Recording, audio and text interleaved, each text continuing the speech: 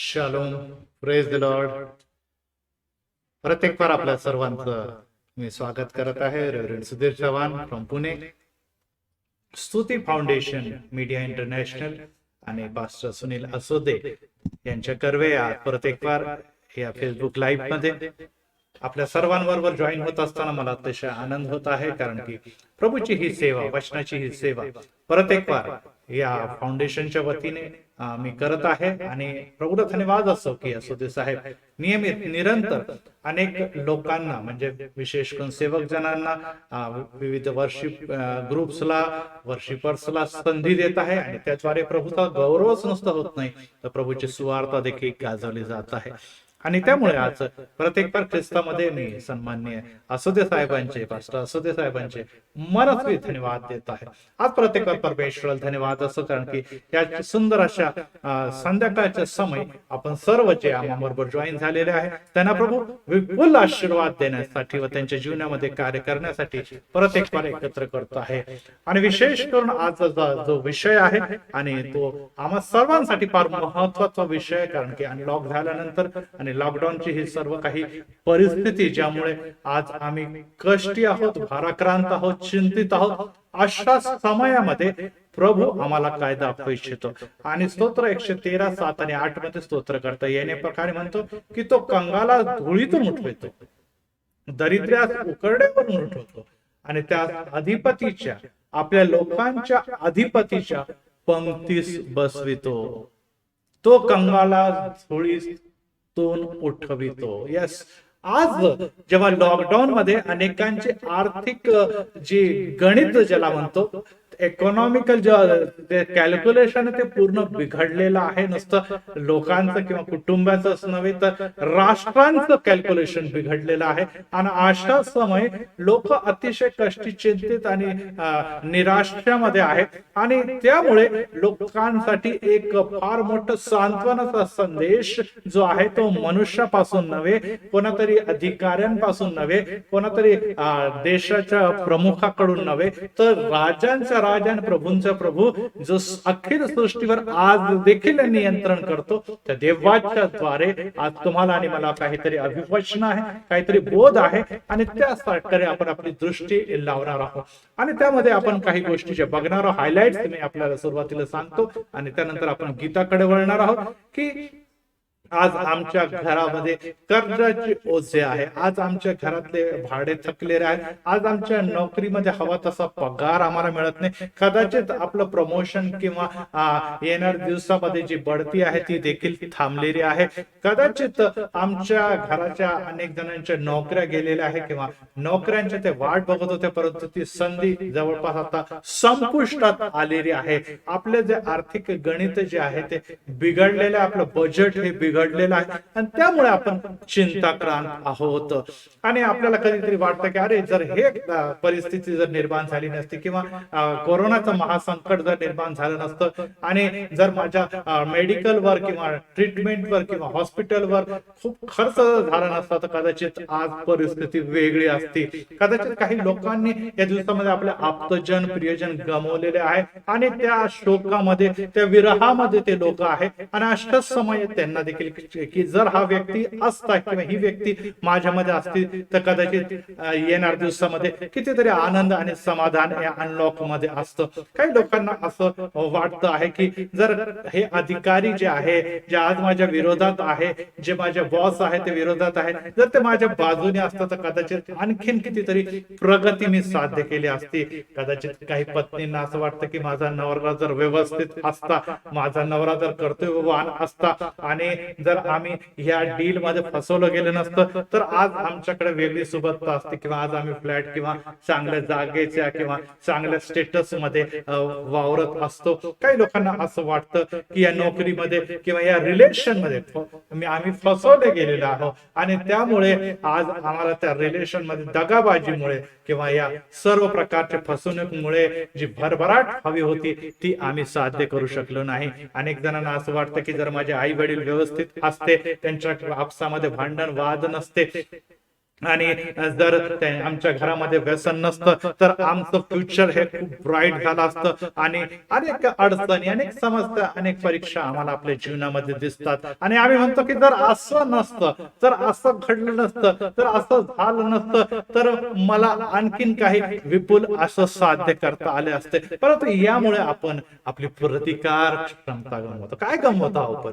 या गोष्टीचा विचार करून आपल्याला साध्य तर काही होत नाहीये, टेन्शन दडपण आपल्याकडे येते, परंतु आपण आपली प्रतिकार क्षमता किंवा इम्युनिटी पॉवर ज्याची खूप गरज आहे ते आपण कुठेतरी टेन्शनमुळे, स्ट्रेसमुळे गमवत आहोत. आपल्या मनाचं जे खच्चीकरण आहे, निगेटिव्ह ऍटिट्यूड किंवा अप्रोच आपल्या जीवनामध्ये आलेला आहे आणि त्यामुळे आम्हाला जे आता साध्य करायचं असं आहे किंवा जे मिळू शकतं ते देखील आता प्राप्त करणं येणाऱ्या दिवसामध्ये अशा विचारामुळे किंवा निगेटिव्ह अप्रोच मुळे कठीण होणार आहे. काही जण आहे निराश मनाने आता देवाची प्रार्थना करत आहे, देवापासून दूर गेलेले, देवावर आता विश्वास ढळलेला आहे आणि या परिस्थितीमुळे ते पूर्णपणे त्यांचं मनाचं आणि विश्वासाचं खच्चीकरण झालंय आणि ते कुठेतरी देवापासून आणि त्याच्या सहभागितेपासून दूर चाललेले आहे. काही लोकांची आता जगण्याची इच्छा कमी झालेली आहे. आता काय जगून फायदा, सगळीकडे निराशा, सर्वीकडे दुःख, काय आता जगण्याची इच्छा आहे. आणि या सर्व गोष्टी जर तुमच्या आणि माझ्या मनामध्ये आहेत किंवा हेच परिस्थिती तुमच्या आणि माझ्या घरामध्ये आहे किंवा आपल्या विचारामध्ये किंवा तुमच्या जीवनामध्ये, कुटुंबामध्ये, तर परमेश्वर आज तुम्हाला काहीतरी दाखवत आहे. आणि परत एक बार ते अभिवचन मी तुम्हाला आठवतो आणि मग आपण एक वर्षिप गीताकडे जाणार की तो कंगाळा धुळीत मिळून उठवतो आणि त्याला अधिपतीच्या पंक्तीस बसवतो. लक्षात ठेवा, देवाची योजना ही अद्भुत तुमच्यासाठी आहे. देवाची महान योजना तुमच्यासाठी आहे. ती कशी आहे, ती का आहे आणि त्यातून आम्ही कसं बाहेर पडणार हे आपण बघणारच आहोत. परंतु ऐकूया, एक मृणाल रणधीर गॉस्पेल सिंगर आहे पुण्यातून आणि त्यांचं एक सुंदर असं गीत आहे, ते आपण ऐकूया आणि त्यानंतर आपण बघूया की या परिस्थितीतून आम्ही कशा प्रकारे बाहेर पडू शकतो.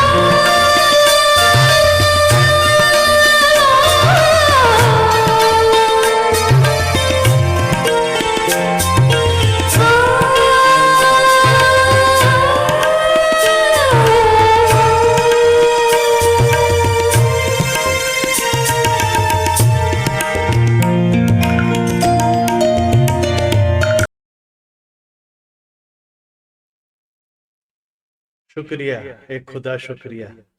खरोखर प्रभूला धन्यवाद आणि गौरव असतो, कारण की आम्ही त्याचा शुक्रिया त्याचं किती कौतुक आणि गौरव केलं तरी कितीही कमी, कारण की आम्ही या अनलॉक मध्ये सुरक्षित आपल्या घराच्या बाहेर निघू शकतो. कारण की आज असे अनेक प्रियजन आहे जे कबरेमध्ये आज आहेत किंवा या जगाला सोडून एक महानिद्रेमध्ये ते गेलेले आहे, आणि निश्चितच ते या अनलॉकचा लाभ किंवा ह्या सेवेचा लाभ ते घेऊ शकत नाही किंवा देऊ देखील शकत नाही.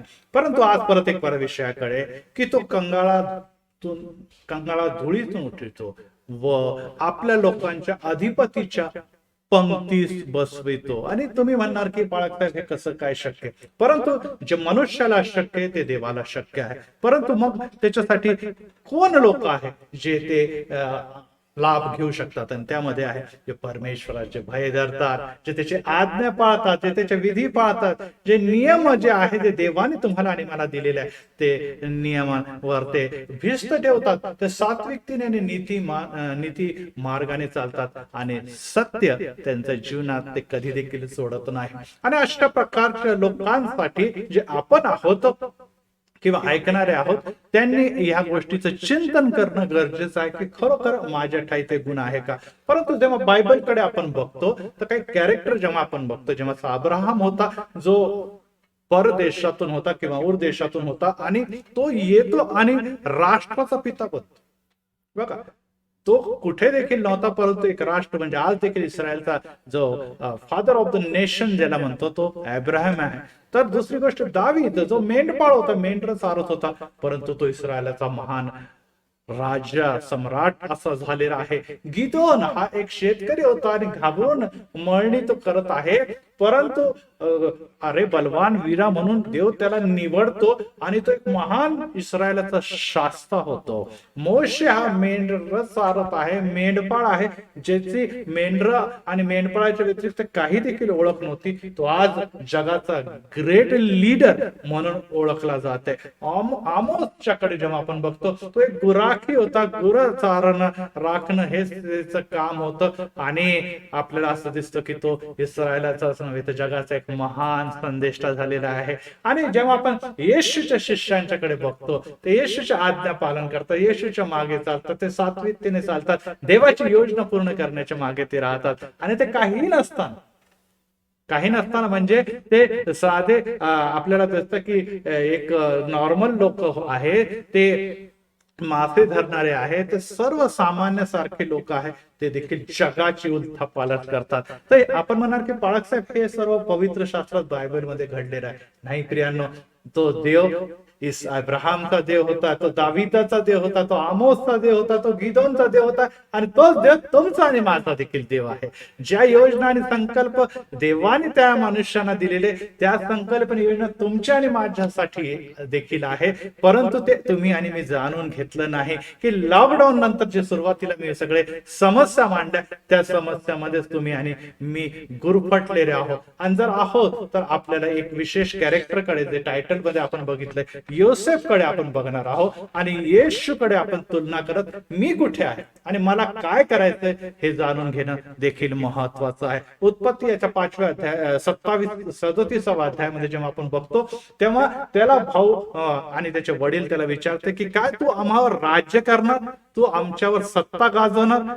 आणि स्वप्नामुळे, भाषणामुळे ते योसेफाचा अधिकच द्वेष करू लागले. बघा, देवाचे संकल्प, देवाची योजना, आणि विशेष करून देवाचे जे भविष्य त्याच्या बरोबर जे होतं, विजन त्याच्या बरोबर होतं, जे स्वप्नांच्या द्वारे देव त्याला दाखवत होता, ते जेव्हा त्या लोकांना कळालं तेव्हा त्यांना वाटलं की हा लहानसा पुत्र, हा लहान 11व्या नंबरचा घरामधली संतती, आणि ती आम्हावर राज्य गाजवणार. मेंढ्याचं उदाहरण जेव्हा स्वप्न तो बघतो, आणि ते इतर मेंढ्याच्या पाया पडतं, 10 मेंढ्याच्या एका बाजूला सूर्य चंद्र ताऱ्यांचं उदाहरण बघितलं तर ते सर्व त्याला नतमस्तक होताना दिसतं. म्हणजे ह्याचा अर्थ आहे तरी काय, हा काही नसताना आमच्यावर कसं काय राज्य गाजवू शकतो. हो प्रियांनो, हा प्रश्न अनेक जण येणाऱ्या दिवसामध्ये तुम्हाला आणि मला विचारणार आहे.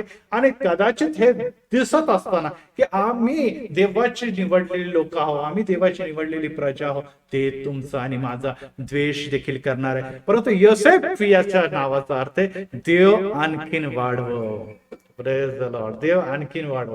या समस्या योसेफाच्या जीवनामध्ये, या समस्या प्रभू येशू ख्रिस्ताच्या देखील जीवनामध्ये, या समस्या तुमच्या आणि माझ्या देखील जीवनामध्ये आहे. आणि ते आमच्या बुद्धी आणि कल्पनेच्या पलीकडचे आहे, ते सहनशक्तीच्या पलीकडे अशा होत चाललेल्या.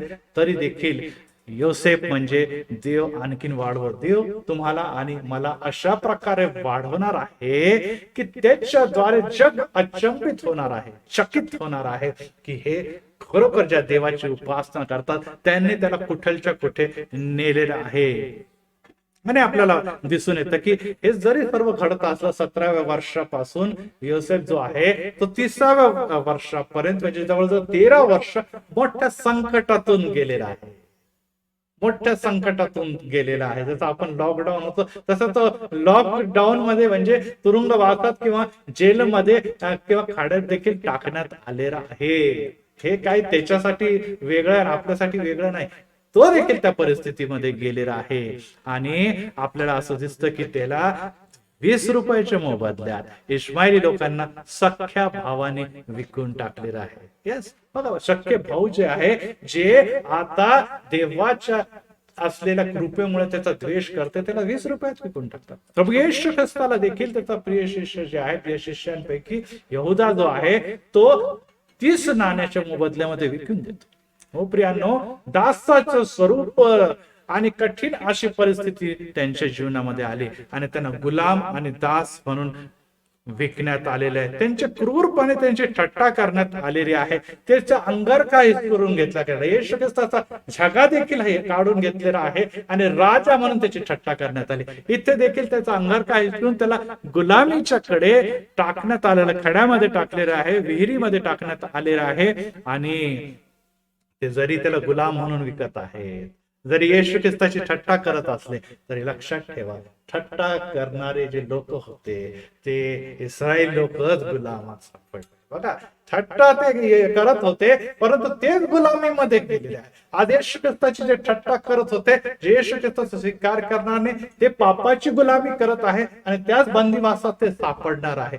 येशू आज देखील तारणार आहे. योसेफ आज देखील त्या राजगद्दीवर एक महान अधिपती म्हणून ओळखला जाणार आहे. परंतु निंदा करणारे, थट्टा करणारे लोक गुलामीत, त्यांची प्रजा, त्याची संतती मिस्राच्या गुलामीमध्ये सापडलेले. आणि हेच आम्हाला जगामध्ये दिसून येतं की आम्ही अशा प्रकारचे जेव्हा कार्य करतो, जो दूसरों के लिए कबर खोदता है किंवा खड्डा खोदता वो उसी में गिर जाता, हे सत्य तिथे दिसून येतं. आणि त्यामुळे प्रियांनो, एक गोष्ट लक्षात ठेवा, देवाची सेवा करणारे, देवाच्या गौरव राज्याची वाढ करणारे आणि त्याच्यावर भिस्त ठेवून ज्या अद्भुत गोष्टी तुम्हाला सांगणारे लोक आहेत, त्यांची थट्टा म्हणजेच देवाची थट्टा होय प्रियांनो. आणि त्यामुळे हे आपल्या हातून दुष्कर्म कधी देखील घडता कामा नये. दुसरी गोष्ट आहे की त्यांना म्हणजे योसेफला त्याच्या घराण्याचं नाव त्याच्यातून काढून टाकण्यात आलं.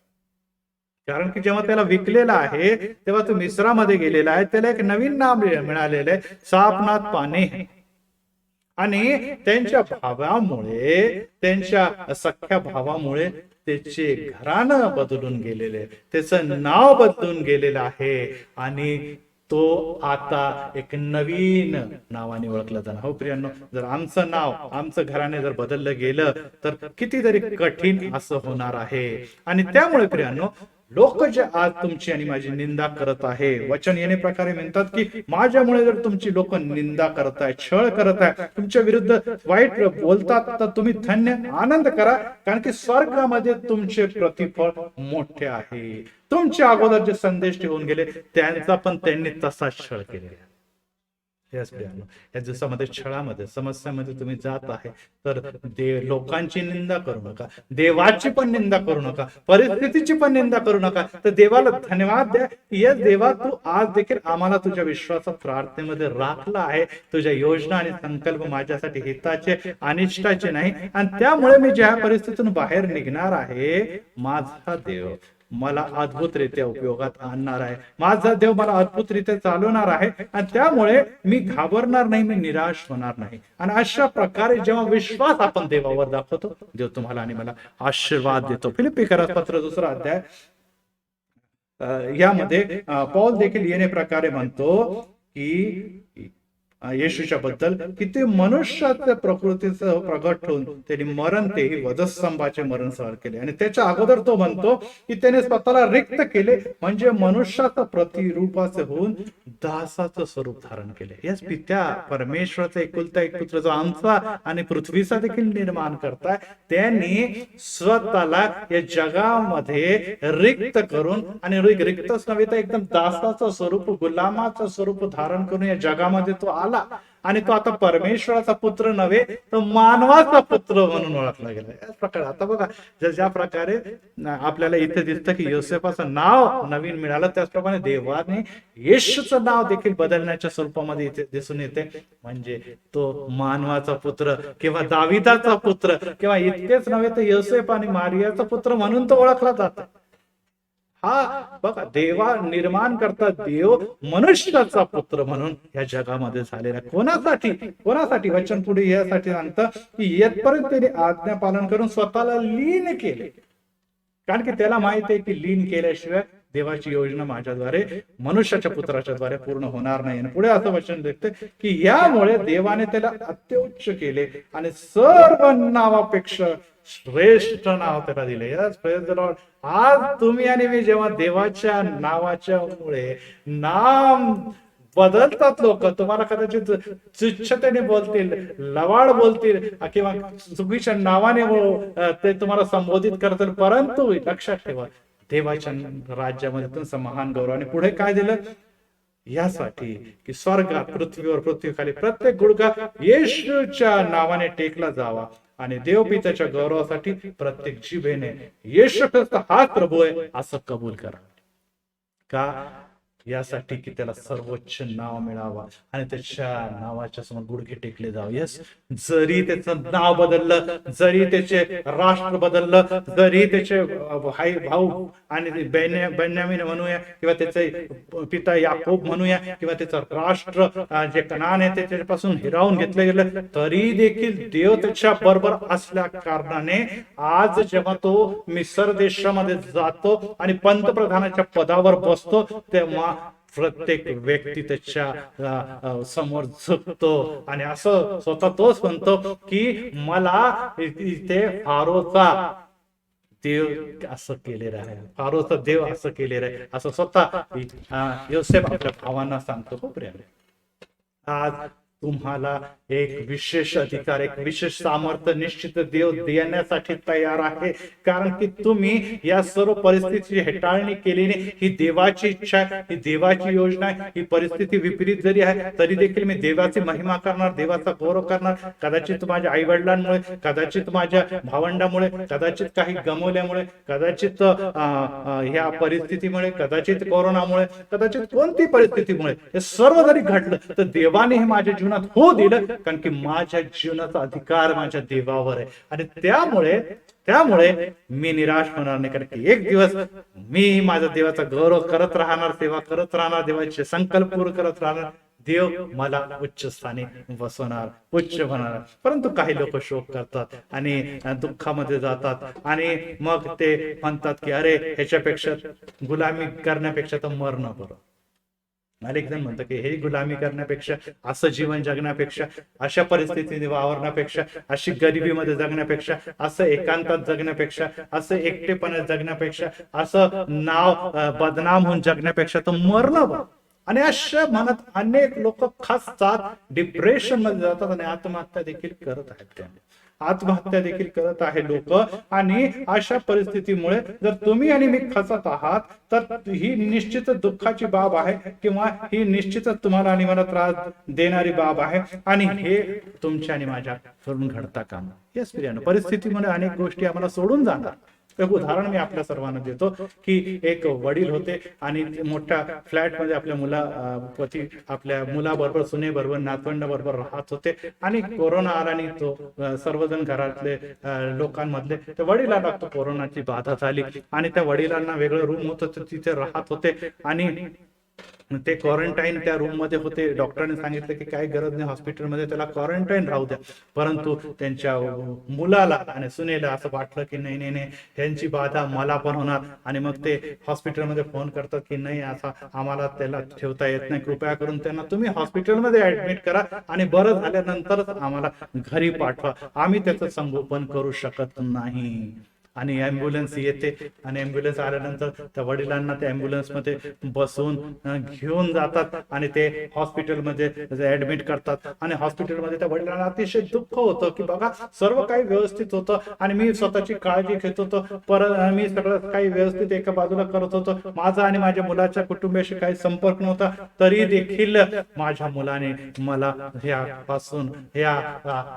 गोष्टीपासून घरापासून स्वतःपासून दूर केलेला आहे. आणि ते असे रडत असताना अचानक त्यांना खिडकीच्या बाहेरून एक आवाज येतो आणि ते बाहेर बघतात तर एक कुत्रा त्यांचा जो होता तो तिथे बाहेर बसलेला असतो हॉस्पिटलच्या बाजूला आणि त्यांना अतिशय आनंद होतो की माझ्या मुलाने, माझ्या नातवंडाने, माझ्या सुनेने जरी मला सोडलं तरी बघा हा एक प्राणी जो आहे तो माझ्या बरोबर आहे, तो माझ्या बरोबर आहे. आणि ते त्या प्राण्याच्याकडे बघून त्यांना एक नवीन बळ आणि एक शक्ती मिळते आणि ते जे निराश होतात ते म्हणतात की आता मेलेलं बरं. अशा कठीण परिस्थितीमध्ये ते जात असताना जेव्हा ते प्राण्याचा आवाज ऐकतात त्या खिडकीच्या जवळ बघतात आणि 21 दिवस ते राहत असताना त्या खिडकीतून त्याला रोज भोज्य पदार्थ टाकत गेले आणि त्या कुत्र्याने देखील त्यांची साथ जोडली नाही. आणि जेव्हा ते बरे झाले आणि मग डॉक्टर म्हणे ठीक आहे आता मी तुमच्या मुलाला फोन करतो की त्यांना घरी घेऊन जावं. ते म्हणे नाही नाही मी आता घरी जाणार नाही, मी आता दुसरीकडे जाईल, वृद्धाश्रमामध्ये जाईल, परंतु माझ्या मुलाच्याकडे जाणार नाही. आणि ते निघतात आणि तो कुत्रा देखील त्यांच्या बरोबर येतो आणि ते वृद्धाश्रमामध्ये ते वडील त्या प्रिय कुत्र्याच्या बरोबर आपलं जीवन घालवतात. त्या स्त्रियांनो आज आम्ही निश्चितच ही गोष्ट लक्षात ठेवा की परिस्थितीमध्ये कठीण या सर्व आपण म्हणूया की इन्फेक्शनमुळे म्हणूया की या सर्व सर्व जगातल्या सर्व मोह आयुष्य आणि सर्व प्रकारच्या मायामुळे लोक कदाचित आपले प्रियजन आम्हाला त्यागतील, कदाचित आपले जवळचे लोक आम्हाला सोडतील, आमच्या विरोधात उभे राहतील, परंतु देव जो आहे तो कदापि तुम्हाला आणि मला सोडणार नाही, कारण की त्याचे संकल्प तुमच्यासाठी हे महान आशा आहे. परंतु निराश होऊ नका, खचू नका. लक्षात ठेवा जेव्हा त्या म्हाताऱ्या व्यक्तीने त्या कुत्र्याच्याकडे बघितलं तर एक त्यांना एक परत एक भूस मिळाला, एक नवचैतन्य मिळालं आणि जगण्याची आशा निर्माण झाली आणि ते पुष्कळ वर्ष आयुष्य जगतील हा आमचा विश्वास आहे. त्यामुळे आज तुम्ही येशूच्याकडे बघा, त्याच्या योजनेच्याकडे बघा, त्याच्या संकल्पाच्याकडे बघा आणि ते तुम्हाला हे सांगत आहे की मी तुला उकरड्यावर उठून अधिपतीच्या पंक्तीस बसवणार आहे. Praise the Lord.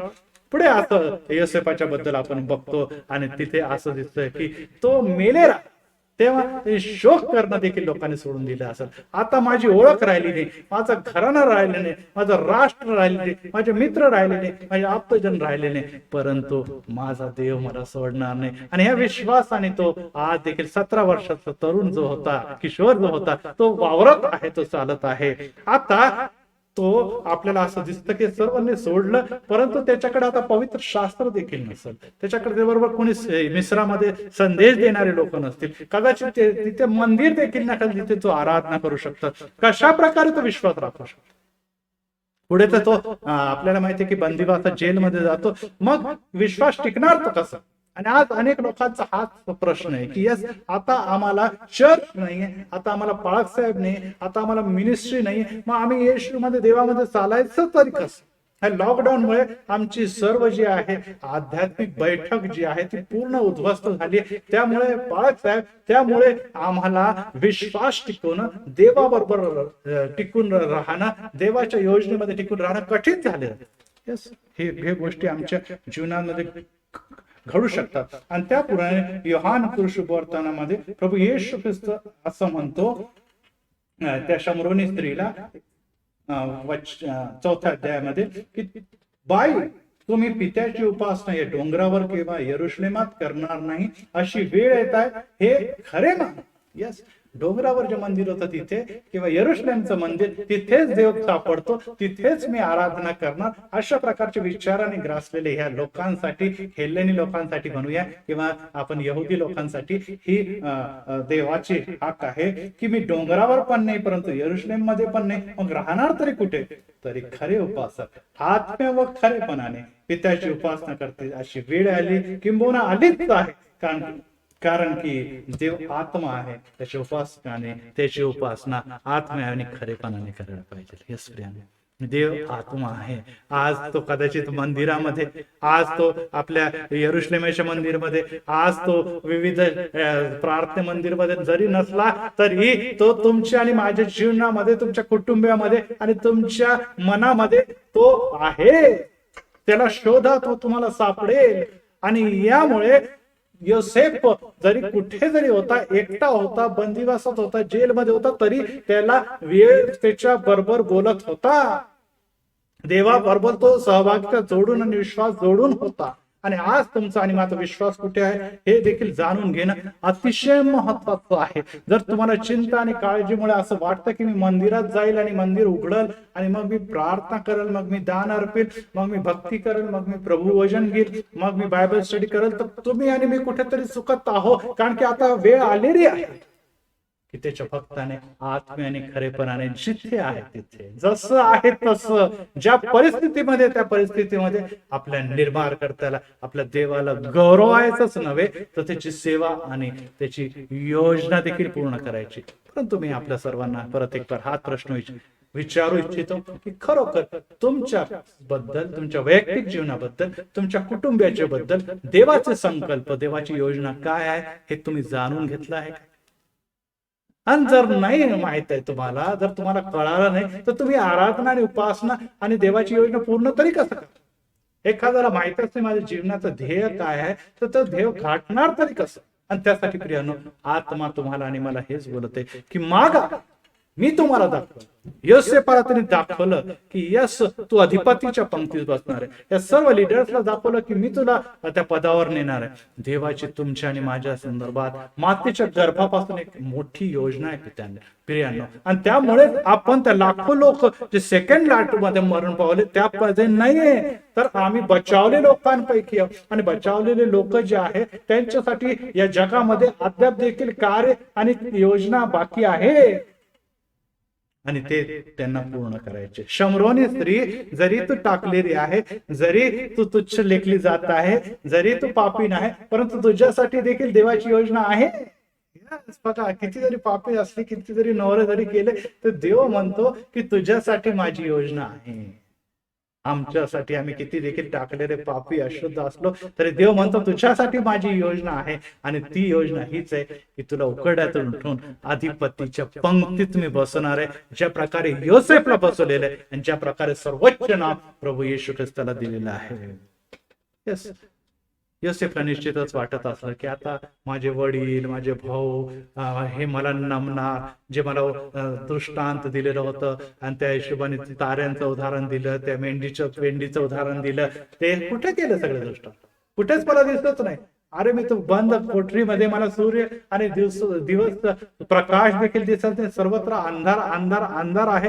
कारण की त्या समयची जी कोठडी होती, त्या समयची जी विहीर होती, ती कोरडी विहीर राहत असत आणि तिथे दबट वातावरण आहे, अंधकार तिथे असल, तिथे लहान किडे आणि सगळे कीटक असत आणि हातपाय थंड पडलेले असत, हातपाय बांधलेले असत आणि जगण्यापुरतच पाणी आणि भोजन त्यांना देत जातात. आणि हे सगळं बघत असताना कोण व्यक्ती विचार करणार हो, कुठे देवा तुम्हाला दाखवत होता दृष्टांत आणि कुठे मी येऊन पडलेले. आणि त्यामध्ये तरुण वय जे अतिशय ज्याला म्हणतात की आक्रमक असतं किंवा गर्म रक्ताचं असतं, तो अशा थंड वातावरण पडल्यानंतर काय विचार करण्यात असत, ह्याचा विचार जर केला तर नीतिसूत्र 19:21 मध्ये सांगितलं की मनुष्याच्या मनात वेगवेगळ्या मसलत येतात, परंतु देवाची योजना स्थिर असते. Praise the Lord.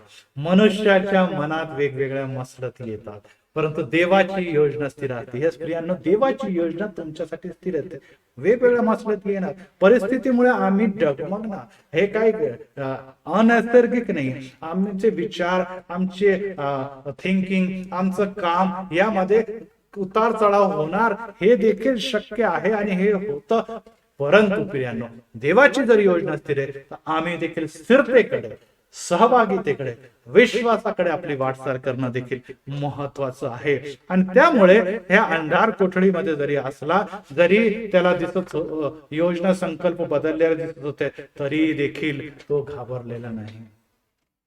हो प्रियांनो, त्याचा धागा जेव्हा वडिलांना दाखवण्यात आला, आपल्याला जेव्हा माहिती आहे त्याचा धागा जेव्हा त्याच्या वडिलांना दाखवण्यात आला, तर वडिलांनी विश्वास ठेवला की रक्ताने माखलेला हा जागा जो आहे तो इतर कोणाचा नाही, तो माझा प्रिय पुत्र जो आहे, तो राहिलेला पुत्र जो आहे, जे आज त्याची माता नाही, ह्या पुत्राचा आहे. आणि तो खरोखर त्या रक्ताच्या मुळे ते मारला गेलेला आहे. येस प्रियांनो, आज तुमचा आणि माझा ख्रिस्त देहरूपी झगा, परत एक बारी, माझ्या येशू ख्रिस्ताचा देहरूपी झगा आज आमच्या अधर्म आणि पापाच्या रक्ताने माखलेला आहे. आमच्या धर्म आणि पापाचे दाग त्याच्या शरीरावर आहे, जे ओझ घेऊन तो वधस्तंभावर गेलेला आहे.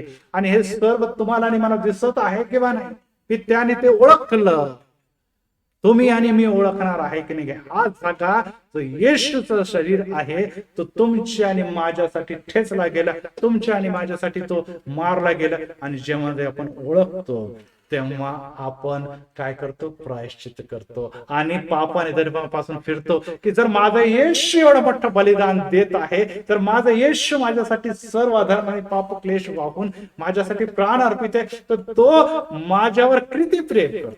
आणि परमेश्वराचे वचन म्हणतं की तू माझ्या दृष्टीने अमोल आहे, तुझं नाव मी हातावर कोरून ठेवलेलं आहे. त्यामुळे प्रियांनो, जर एवढं मोठं बलिदान परमेश्वर देते, तर तुम्हाला मला उंचावणं फार कठीण काम नाही.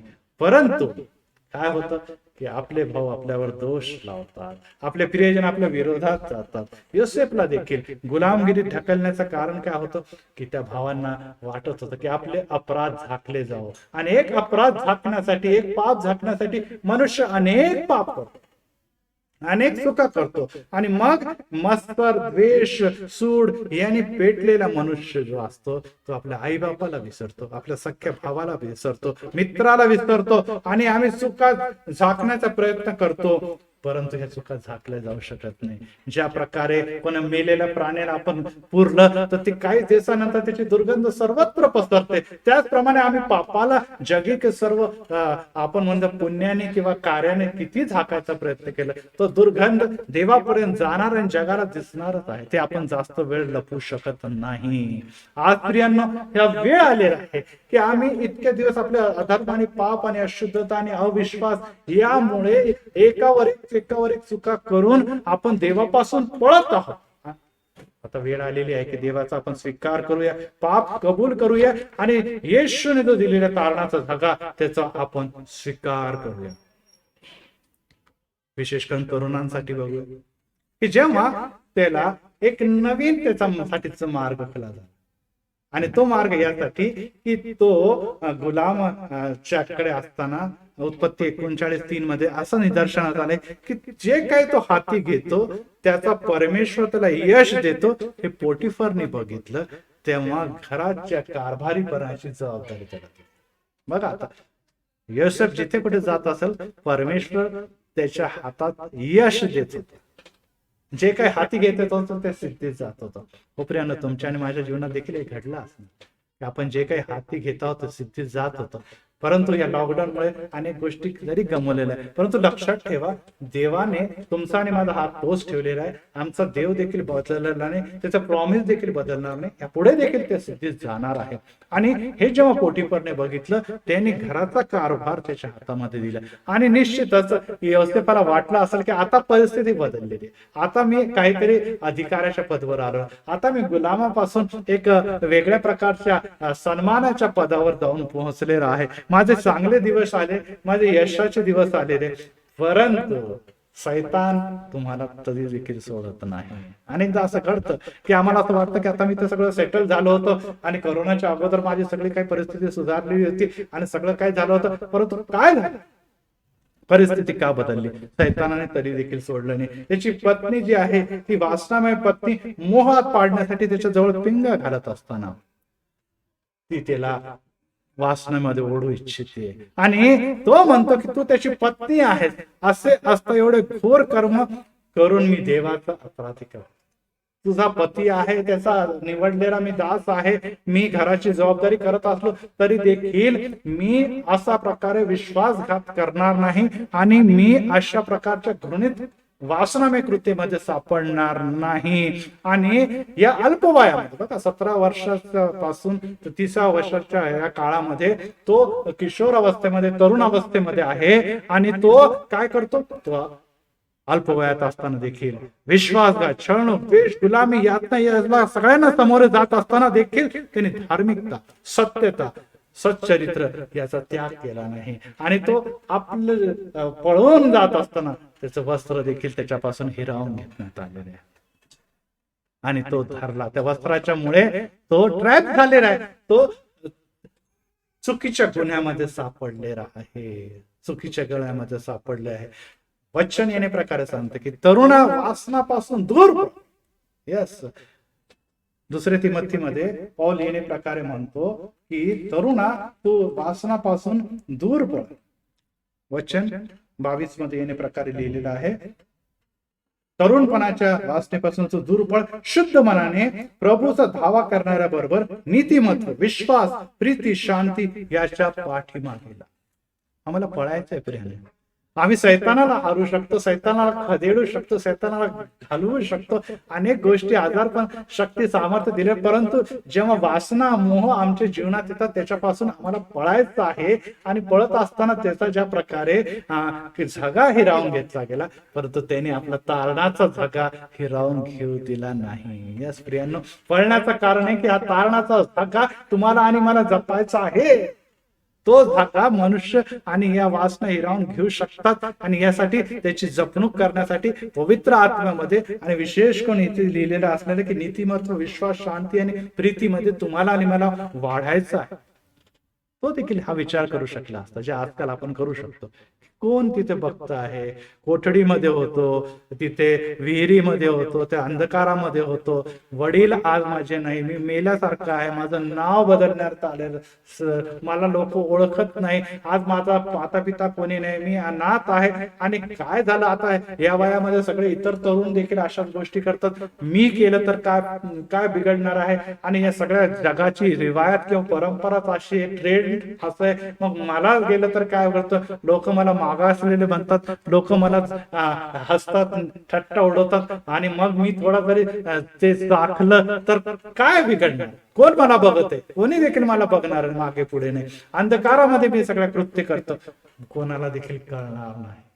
परंतु योसेफ जो आहे तो वस्त्र सोडून पळाले आहे, परंतु तारणाचं वस्त्र त्यांनी हिरावून घेऊ दिलं नाही. आज प्रियांनो, त्यांनी आपले लैंगिक वासना आणि ती देवाशी प्रामाणिकपणे याला टिकवून ठेवण्यासाठी अंधळी कोठडी मधून तो निघालेला आहे. आणि सैतान त्याला परत एक वार त्या मोहपाशामध्ये पाडून देवापासून दूर न्यायची इच्छा जरी करत असला तरी परत काय झाले, परत तो धरला गेलेला आहे आणि परत कोठडीमध्ये तो टाकण्यात आलेला आहे, परत तो कोठडीमध्ये. हेच प्रियांनो, बघा आता चांगले दिवस आलेले, मौज मजा करण्याचे दिवस आलेले, काहीतरी कमवण्याचे दिवस आलेले. आता आम्ही लॉकडाऊन मधून बाहेर पडू आणि आम्ही आता आपल्या मनात येईल तसं करू. आता आम्हाला थोडे दिवस उरलेले, 1.5-2 वर्षाचा काळ आमच्या जीवनातून असाच गेलेला आहे. आता आम्ही कमवू, आता आम्ही धनाच्या मागे लागू, आता आम्ही जे काही गमवलं ते मिळवू. तरुण विचार करणार आहे की आता मी म्हणजे मौज मजा किंवा तारुण्याचे 2 महत्वाचे वर्ष गमवलेले,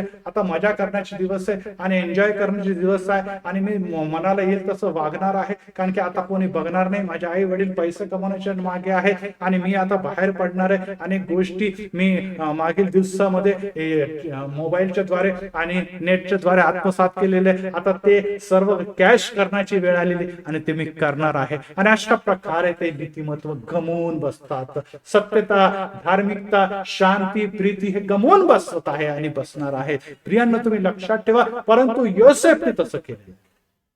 येशू ख्रिस्त देखील जेव्हा त्याच्यावर मोहपाश आलेले आणि तेव्हा तो पित्याचा धावा करतो, पित्या माझ्यावर दया कर, मला विसरू नको. आणि पित्याने त्याला शक्ती आणि सामर्थ्य दिलेलं आहे. आणि प्रियांनो, ही गोष्ट देखील महत्वाची आहे की आम्हाला या गोष्टीपासून पळायचं आहे. तो घाबरला नाही, तो भ्याला नाही, कारण की त्याला माहित होतं की निश्चितच देव अद्याप पण माझ्याबरोबर. जरी चांगले दिवस माझ्याकडे आले होते, परंतु दुसरा लॉकडाऊन आता माझ्या जीवनामध्ये आलेला आहे. आणि आता दुसऱ्या लॉकडाऊनमुळे काही हरकत नाही, किती दिवस चालेल हे मला माहित नाही, परंतु मी माझ्या देवाला सोडणार नाही. आज मला पोटिफरचं घर जरी मिळालेलं आहे, तरी मला तो अधिकार मिळाला होता, तरी नो प्रॉब्लेम, तो गेला तरी नो प्रॉब्लेम, परंतु मी माझ्या देवाला आणि देवाने दिलेले धार्मिकता आणि नीतिमत्व याचा त्याग केला नाही. आणि याचा त्याला अभिमान होता, कौतुक होतं, आणि देव देखील त्याच्यावर प्रसन्न होता. आणि परत एक या 13 वर्षाच्या कठीण काळामध्ये देव त्याच्या समवेत होता. देव त्याला आशीर्वाद देण्यासाठी त्याच्या बरोबर होता. आणि आपल्याला असं दिसतं की मग जेव्हा तो फारोच्या घरामध्ये पोहोचतो, जेव्हा तो फारोचा जावई होतो, आणि जेव्हा त्याने ह्या गोष्टी सांगितल्या असतात की अन्न धान्य हे साठवा, कारण की बघा येणाऱ्या दिवसामध्ये बहुत मोठा दुष्काळ सर्वत्र येणार आहे. त्या भविष्यामुळे तो परत एक बार, देवाने दाखवलेल्या त्या भविष्यामुळे तो परत एक बार त्या जेलमधून, त्या कोठडीमधून त्या सिंहासनावर पोहोचतो, ज्याला पंतप्रधानाचं सिंहासन म्हणतो.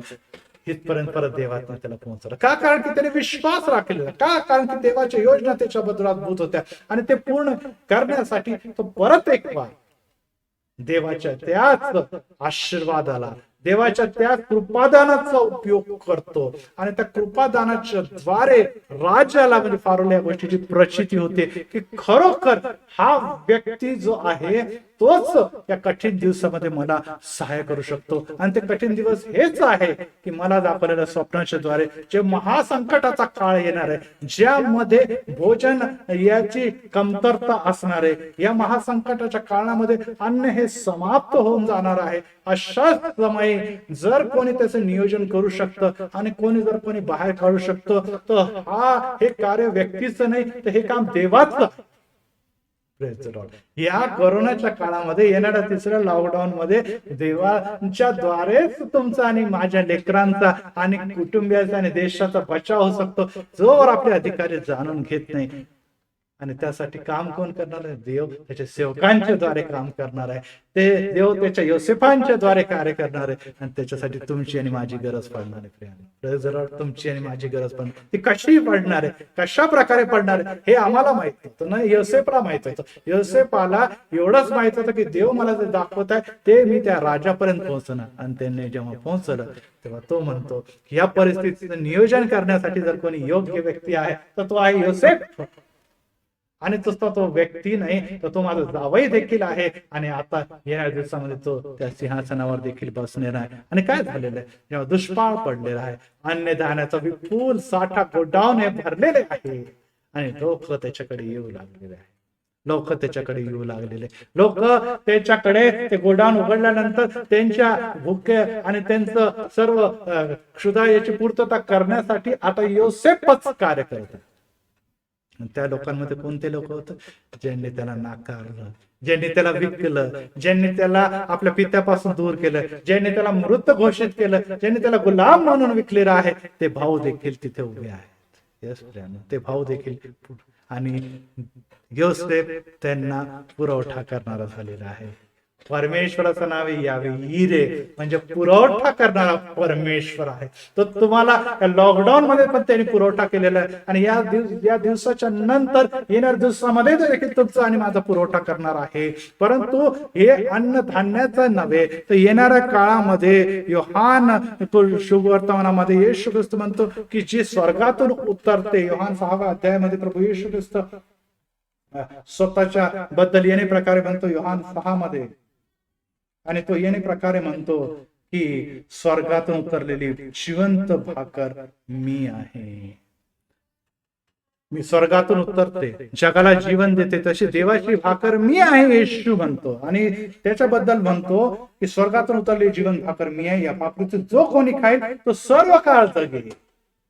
या शेवटच्या काळामध्ये अन्नाची नव्हे, पाण्याची नव्हे, धनसामग्रीची नव्हे, तर देवाच्या वचनाची कमतरता किंवा या दिवसामध्ये त्याचा अकाल हे तुम्हाला आणि मला दुष्काळ ह्या दिवसामध्ये दिसून येणार आहे. आणि येशू ख्रिस्त म्हणतो की त्याची पूर्तता करण्यासाठी जर कोणती गोष्ट आहे तर ती मीच करू शकतो. आणि ती भाकर वचन जे आहे त्याची पूर्तता करण्याची जबाबदारी तुम्हाला आणि मला प्रभू येशू मध्ये दिलेली आहे. आणि ती पूर्तता आपण करत असतो. प्रभू येशू मध्ये ती पूर्तता आपण करत असतो. यस, प्रभू परमेश्वर तुम्हाला आणि मला शक्ती बळ दिलेले आहे, पण ती भाकरची साठवणूक तुम्ही आणि मी केली आहे. योसेफाने त्या सुकाळामध्ये त्या सर्व अन्नधान्याची गोडाऊन मध्ये साठवणूक केली होती. आणि त्यामुळे जेव्हा दुष्काळ पडलेला आहे ती भाकर तो वाटू शकला. आज तुमच्या आणि माझ्यामध्ये जीवनामध्ये येशू नावाची भाकर, वचन नावी भाकर ही जर तुम्ही आणि मी साठवून ठेवलेली आहे तर येणाऱ्या कठीण दिवसामध्ये तुम्ही त्याला गरजू लोकांना पुरवू शकतात. परंतु त्याच्यासाठी साठवणूक करण्याची गरज आहे. येशू पुढे येणे प्रकारे म्हणतो की माझा देह जो खातो व माझे रक्त पितो त्याला सार्वकालिक जीवन प्राप्त झालेले आहे. कारण की जीवनाची भाकर मीच आहे. आणि जो त्याला खातो त्याला नुसतं जीवन नाही तर सार्वकालिक जीवन मी देणार. Praise the Lord. यस, या जगातल्या योसेफाने ती जी काही भाकर दिलेली होती ती भाकर खाल्ल्यामुळे हे लोक जे आहे ते जगले. आणि तेच नव्हे तर ते परत एक बार कनान देशामधून मिसर देशामध्ये याकूब व त्याची सर्व संतती येऊन राहिली आणि तिथे मोठा राष्ट्राचा विस्तार झाला. परंतु झालं काय, ती भाकर खाऊन त्या भाकरच्या राष्ट्रात राहून ते गुलाम झाले, फारोचे गुलाम झालेले. परंतु येशू म्हणतो या जगामध्ये जो मला खातो किंवा येशू ख्रिस्त म्हणतो की जीवनाची भाकर याला तो ग्रहण करतो, माझ्या वचनाला ग्रहण करतो, त्याच्याबद्दल तो म्हणतो की त्याला जीवन आणि सार्वकालिक जीवन म्हणणार. कारण की ते गुलामीतून बाहेर जरी आले परंतु स्वर्गीय मानना जरी त्यांना दिला तरी ते अरण्यात मेले. परंतु येशू ख्रिस्ताचा जो स्वीकार करतो तो म्हणतो की पुनरुत्थान व जीवन मीच आहे. तो मेला असला तरी जगेल. येशूचं ग्रहण करणं, येशूचं वचन ग्रहण करणं हे तुमचं आणि माझंच कर्तव्य आहे प्रियांनो. येस, आज दुष्काळ आहे, आज कमवायचे दिवस आहे, परंतु परत दुष्काळ येणार आहे. अशा समय तुम्ही आणि मी काय करू?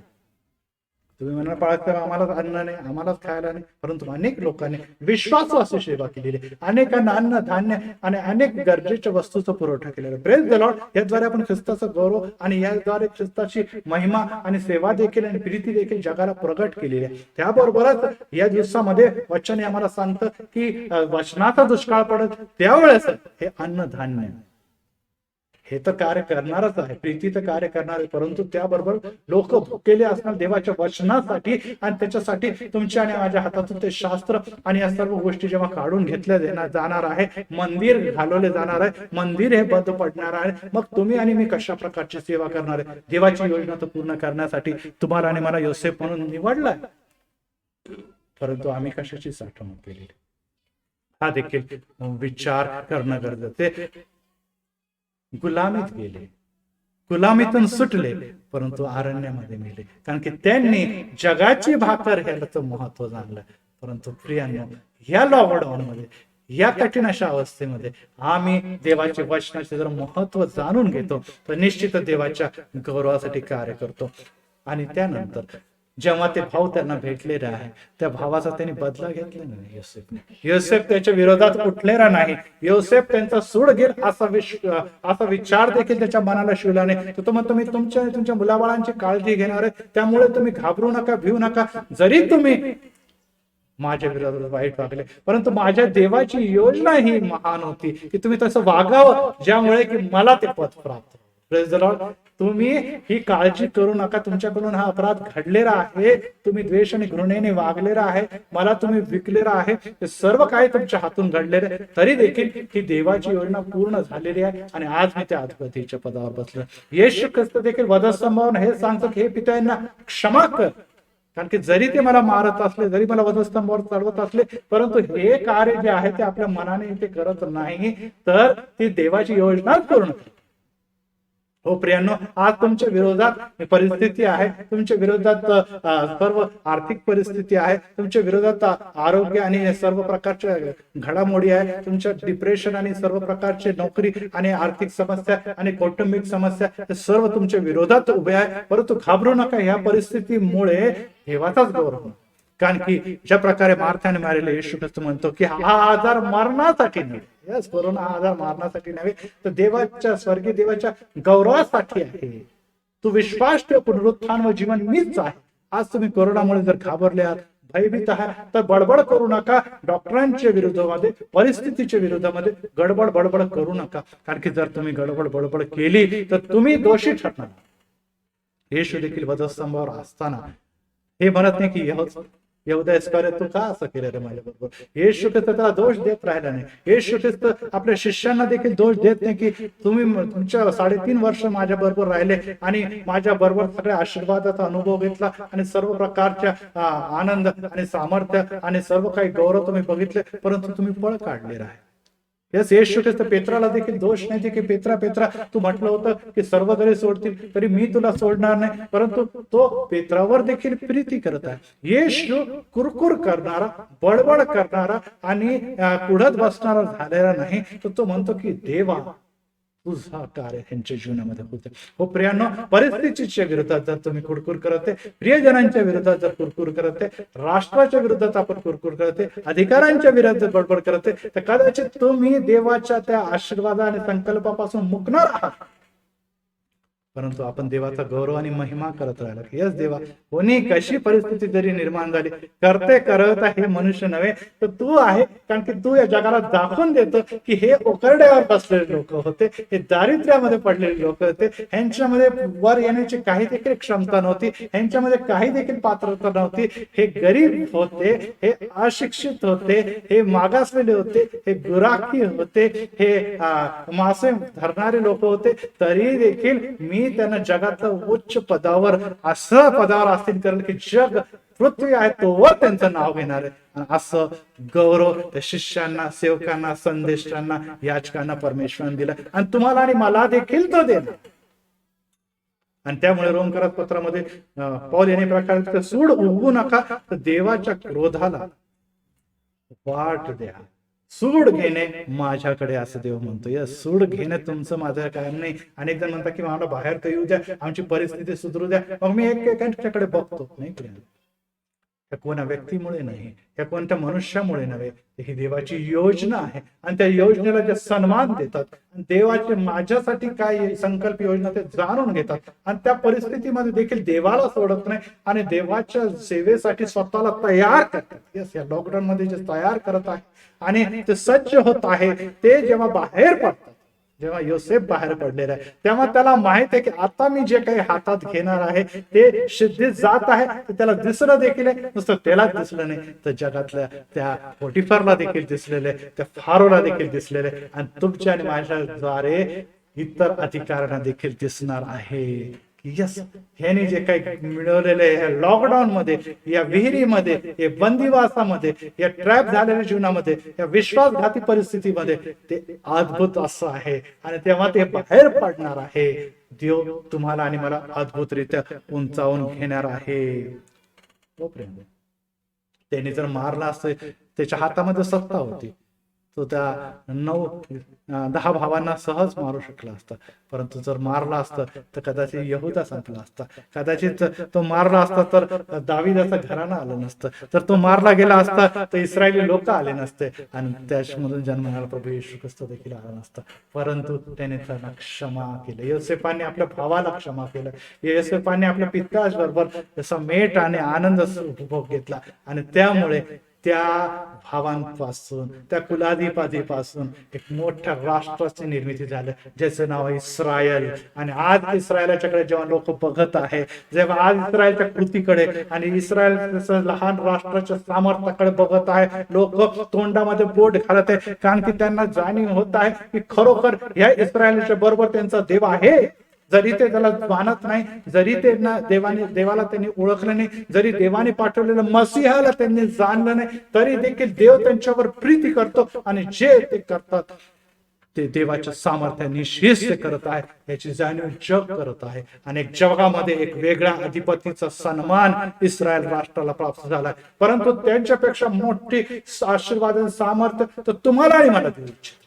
मेन कारण की आपण तर मसीहाला ओळखलेलं आहे, आपण आपल्या तारणाऱ्याला ओळखलंय, आपण आपल्या निर्माणकर्त्याला ओळखलेलं आहे, आपण आपल्या देवाची योजना आणि संकल्प जाणून घेतले आणि त्याच्यावर आपण वाटचाल करत असताना देव तुम्हाला निश्चितच उंचावणार आहे. आणि त्यामुळे परत एक मी रिपीट, कोणी अधिकारी माझ्या बाजूने असो अगर न असो, तो माझ्याबरोबर पॉलिटिक्स खेळो अगर न पॉलिटिक्स खेळो, माझा देव माझ्या बरोबर आहे. माझा नवरा व्यवस्थित आहे, माझी पत्नी व्यवस्थित आहे किंवा नाही आहे, ती व्यवस्थित माझ्या पडते वागते किंवा नाही, मी तिच्यासाठी प्रार्थना करणार, मी तिच्यासाठी प्रीतीने वागणार, मी त्याच्याबरोबर प्रीतीने वागणार. कारण की मला माहिती आहे देवाने जोडले आणि त्याला कोणी देखील मोडू नये. आणि मला माहिती आहे की या पती बरोबरच माझा संसार आशीर्वादित होऊन एक आशीर्वादित कुटुंब म्हणून मी ओळखलं जाणार आहे. आज माझ्या आई वडिलांनी, माझ्या प्रियजनांनी मला सोडलेलं आहे, कदाचित ते जग सोडून गेलेले, कदाचित माझ्या मुलाबाळांनी माझा त्याग केलेला आहे, कदाचित घरामध्ये व्यसन आणि भांडणामुळे माझं करिअर आणि माझ्या नोकऱ्या मला मिळत नाही, त्यामुळे ही परिस्थिती, त्यामुळे मी पीडित आहे, मी कष्टी दुःखी. घाबरू नका, भिवू नका, देव तुमच्या बरोबर आहे. देवाची योजना तुमच्या बरोबर आहे आणि ती योजना महान आणि अद्भुत आणि चांगली आहे हे तुम्ही जाणून घ्या. जोवर तुम्ही देवाबरोबर विश्वास राहणार, देव देखील निश्चित विश्वासूपणे तुम्हाला पुढे वाढवणार आहे आणि देवा तुम्हाला उकरड्या हो यस त्या अधिपतीच्या पंक्तीमध्ये बसवणार आहे. त्यामुळे कटकट करून, बडबड करून, निराशाच्या द्वारे आपण सैतानाकडे ओढण्यात जातो आहे आणि आपण आपले प्रतिकार क्षमते, आपण इम्युनिटी पॉवर घालवणार, ते आपल्यासाठी घातक आहे. आपलं मनाचं खच्चीकरण होणार आहे, आपण निराशाकडे जाणार आहे आणि त्यामुळे आमच्या घरामध्ये स्ट्रेस येणार आहे, आमच्याकडे फ्रस्ट्रेशन येणार आहे आणि आमचं ॲटिट्यूड बदलून जाणार आहे. आपलं मन जर निराश झालं तर आम्ही देवाची प्रार्थना करू शकणार नाही, देवाच्या संकल्पापासून दुरावणार आहे आणि आपल्या जगण्याची इच्छा कमी होणार आहे. आणि शेवटी वचन पौल यानेच प्रकारे म्हणतो की आपण न खचलो तर यथा काळी आपल्या पदरी पीक पडणार आहे. परत एक रिपीट करतो, पौल देवाच्या वचनात याने प्रकारे म्हणतो आत्म्याच्या द्वारे की आपण न खचलो तर यथा काळी आपल्या पदरी पीक पडेल आणि ते पीक देणारा जिवंत येशू तुमच्या बरोबर आहे, जिवंत प्रभू तुमच्या बरोबर आहे. आणि त्यामुळे त्याच्यावर विश्वास ठेवा, त्याच्या योजना आणि संकल्पावर विश्वास ठेवा. आणि परत एक बार मी हे सांगितलं की देवाची योजना आणि संकल्प तुमच्यासाठी, माझ्यासाठी हिताचे आहे, अनिष्टाचे नाही. जेव्हा तुम्ही जाऊन त्याचा धावा कराल, जेव्हा तुम्ही जाऊन त्याचा शोधणार, तेव्हा तुम्ही त्याची प्रार्थना करणार, तेव्हा तो पावेल आणि तो म्हणत हा मी आहे. प्रार्थना करूया. राजांच्या राजा, प्रभूंच्या प्रभू, आमच्या गौरव महान पित्या, परत एक बार मी योसेफ आणि येशू याच्याद्वारे परत एक बार पित्या ही जे कंपॅरिझन स्टडीज आज आम्ही घेतलेले, त्याद्वारे परत एक बार आमचं खचलेलं हृदय, निराश हृदय, ओ पवित्र पित्या दुरावलेलं हृदय, ओ पवित्र पित्या कष्टीय हृदय, ओ पवित्र परमेश्वर स्ट्रेस आणि टेन्शनचं भरलेलं हे घर परत एक बार त्या विश्वासाच्या कडे वाटचाल करण्यासाठी पवित्र आत्म्याने आमच्या जीवनामध्ये कार्य केले. तू म्हणतो खचू नको, घाबरू नको, मी तुझ्या बरोबर आहे. तू अग्नीतून चालशील तरी तू पोळावायचा नाही, नद्यातून चालशील तरी तू बुडावायचा नाही, कारण की मी तुझ्या बरोबर आहे. यस येशू, तू आम्हाला कदापि सोडलं नाही. आज तू आम्हाला सांगत आहे की कदाचित तानेला मुलाची वार्ता त्याला विसरल, परंतु मी तुला कधी विसरणार नाही. एवढी प्रीती तू आम्हावर करतो. हो पवित्र पिता, योसेफ एका कचोट्यातून दुसऱ्या कचोट्यात, एक बंदिवासातून दुसऱ्या बंदिवासात या तरुण काळाच्या पीक समयामध्ये वापरला, परंतु तो जेव्हा येशू आणि परमेश्वराला विसरला नाही, त्याची योजना, संकल्पने, दृष्टांत हे लक्षात ठेवले आणि त्यानुरूप देवाच्या भयात विश्वासाचा चालला, त्याची धार्मिकता आणि नीतिमत्वासाठी झटला. देवाने त्याला अधिपती बनवलेला आहे. त्याचप्रमाणे पित्या आम्हाला देखील तू त्याच अधिकाराने, सामर्थ्याने भरू इच्छितो. हो पित्या, आम्ही तुला विसरणार आहे, कारण की तोच देव जो योसेफाचा देव होता, तो जो अब्राहमाचा देव होता, जो देव तो शिष्यांचा देव होता, तो जो आमचा देव देखील आहे. त्याचे योजना संकल्प कधी देखील बदलणार नाही. आणि आज आम्ही त्या संकल्पाकडे दृष्टी लावत असतात, आम्ही ते जाणून घ्यावे. आम्ही खचलो आणि आम्ही अंधकारामध्ये गेलो तर आमची अवस्था सारखे होणार. तो स्वतःवर नाश ओढून घेतो, परंतु आम्हाला तर निश्चितच देवाची संतती प्रजा म्हणून देवाला गौरव द्यायचा. आज निश्चितच पवित्र परमेश्वर आमच्या घरामध्ये आर्थिक समस्या आहे, आमच्या नोकऱ्या गेलेल्या, कर्जाचे ओझ आहे, आमचे हप्ते थकलेले, आमच्या नोकऱ्या गेलेल्या आहे, आमच्या घरामध्ये वाद आहे, भांडण आहे, व्यसन आहे, परंतु प्रभू येशू या स्ट्रेस मधून, या टेन्शन मधून आमच्या करिअरचा, आमच्या कुटुंबाचा, आमच्या भवितव्याचा विचार करणारा देव आमच्या बरोबर आहे. आणि तो म्हणतो घाबरू नको, भिवू नको, मी सतत तुमच्या बरोबर आहे. आज परत एक पवित्र त्या स्तुती फाउंडेशनच्या वतीने जे संदेश आम्हापर्यंत आलेला आहे, सन्मान्य पास्टर असो दे ना, तो आशीर्वादित कर व त्यांची मिनिस्ट्री आशीर्वादित कर, आणि त्याद्वारे अनेक आत्मे तुझ्या राज्यात यावे, अनेकांचे जीवन बदलावे, अनेकांना नवीन दृष्टी, अनेकांना तारण, आणि विशेष करून या लॉकडाऊनच्या नंतर अनलॉक होत असताना जे काही पवित्र परमेश्वर नवीन कार्याला आम्ही सुरुवात करत आहोत, नवीन पवित्र परमेश्वर व्यवसायासाठी आम्ही शोध घेतो, जे नवीन पवित्र पिता जबाबदारी आम्ही हाती घेतो, योसेफ प्रमाणे जे काही आम्ही हाती घेतली सिद्धीच जाऊ दे पवित्र पिता, यासाठी की योबाप्रमाणे आम्हाला दुप्पट लाभ मिळावा. यस, योग जेव्हा त्या कठीण समयामध्ये तो देवाच्या विरोधात न बोलणारा झाला, देवाला दिलं, देवाने नेलं, धन्य त्याचं नाव मानणार राहिला, तेव्हा त्याने दुप्पट मिळवलेलं. देवा आम्ही देखील त्याप्रमाणे विश्वास राखलेला, त्यामुळे तुम्हाला दुप्पट देणार आहे आणि दिलेलं आहे, त्याबद्दल धन्यवाद आणि गौरव असो. प्रभू येशू ख्रिस्त आमचा तारणारा पवित्र आणि गोड नावाने मागतो म्हणून तो ऐक. आमेन, आमेन, आमेन.